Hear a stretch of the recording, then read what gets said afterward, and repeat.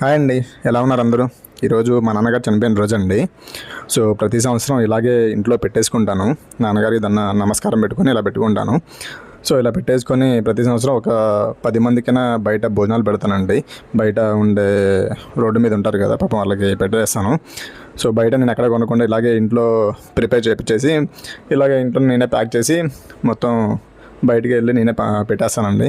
So, ఇలా ఎందుకు పెట్టేస్తానంటే, so మా నాన్నగారు బాగా చదివించారు నన్ను బీటెక్లో బాగా చదివించేశారు. సో నా కష్టం అనేది ఆయన తినకుండా వెళ్ళిపోయారనమాట.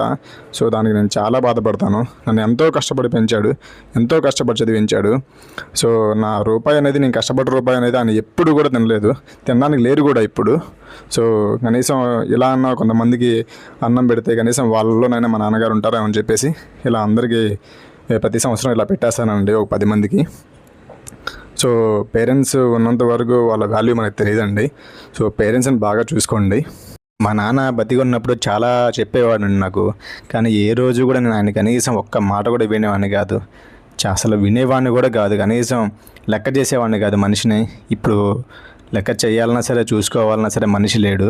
సో మీ అందరికీ ఒకటే చెప్తున్నానండి, దయచేసి మీరు బాగా ఉండండి, మీరు మంచిగా ఉండండి, పేరెంట్స్ని బాగా చూసుకోండి, ఓకేనా?